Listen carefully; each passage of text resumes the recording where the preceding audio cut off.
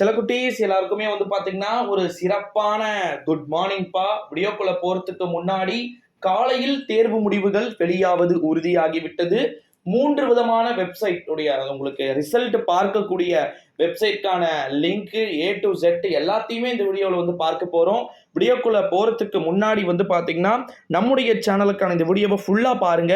ஏன் அப்படின்னா நம்முடைய 12ஆம் வகுப்பு மாணவ செல்வங்களே, நாளை மறுநாளுடன் உங்களுக்கு ஓய்கிறது பேப்பர் கரெக்ஷன். என்ன ப்ரோ சொல்லுற அப்படின்னு வந்து கேட்டீங்கன்னா, ஆமாம்பா முடிஞ்சிருது. ஸோ பேப்பர் கரெக்ஷன் எந்த விதமான சட்ட சிக்கல்களும் இல்லாம அழகா வந்து முடிஞ்சிருக்கு. நிறைய பேர் பேப்பர் கரெக்ஷன் டிக் பண்ணும்போது வந்து காசு வைக்கிறது, ஏகப்பட்ட குளறுபடிகளும் பண்ணியிருக்கிறீங்க. இந்த ஒரு சூழ்நிலையில தான் ரிசல்ட் டேட் சம்பந்தமான அப்டேட்டும் 10ஆம் வகுப்பு ஓகேங்களா 10th ஸ்டூடெண்ட்டுக்கான ஒரு அப்டேட் வந்து நமக்கு கிடைச்சிருக்கு.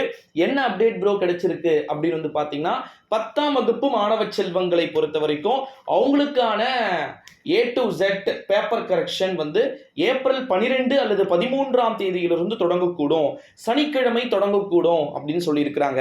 இல்லை அப்படின்னா அது முடிச்சுட்டு தமிழ் நியூ இயர் முடிச்சுட்டு அதுக்கப்புறமா ஒரு 2 days 15 16 முடிச்சிட்டாங்க அப்படின்னா 17 18 எலெக்ஷன் டியூட்டிக்கு எல்லா டீச்சர்ஸும் போடும். ஸோ அதனால வந்து வாய்ப்புகள் வந்து கிடையாது. அதனால அந்த ஒரு 2 days ஒர்க்கை ஸ்டார்ட் பண்ணிட்டு அவங்களுக்கு முடிச்சுட்டு அதுக்கப்புறமா வந்து மற்ற மாணவர்களுக்கு 19ஆம் தேதிக்கு பிறகு வந்து பேப்பர் கரெக்ஷன் வந்து முடிச்சு விட்டுறலாம்.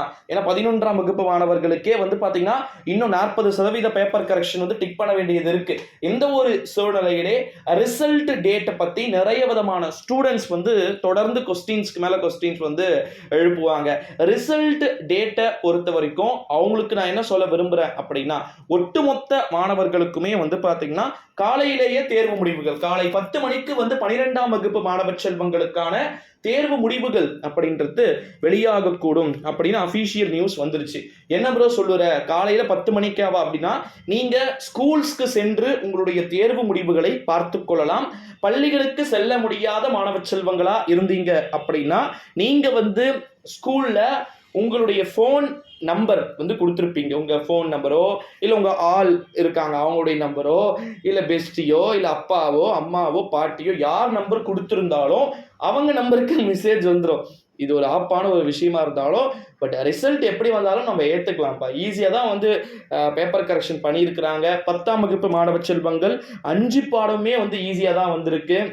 இன்னொரு அறிவிப்பு என்ன அப்படின்னா, 11 12ஆம் வகுப்பு மாணவர்கள் இப்போ போயிட்டு இருக்குல்ல, டீச்சர்ஸ்ல நிறைய ஸ்டூடெண்ட்ஸ் வந்து பார்த்தீங்கன்னா இருக்கிறாங்க. கவர்மெண்ட் டீச்சர்ஸ், அப்புறமா வந்து பார்த்தீங்கன்னா ப்ரைவேட் டீச்சர்ஸ், அதாவது ப்ரைவேட் ஸ்கூலில் இருக்கக்கூடிய டீச்சர்ஸு.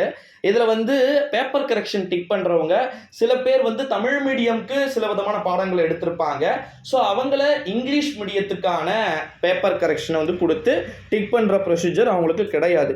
ஏன்னா அவங்க வந்து ஒரு எப்படி சொல்றது, தமிழ் மீடியம் ஸ்டூடெண்ட்ஸ்க்கு இருக்கிறாங்கன்னா அவங்க தமிழ் மீடியம் பேப்பர்ஸ் மட்டுமே டிக் பண்ணட்டும் அப்படின்ற மாதிரியான நியூஸஸ் வந்து சொல்லி இருக்கிறதையும் நம்மளால வந்து பார்க்க முடிகிறது.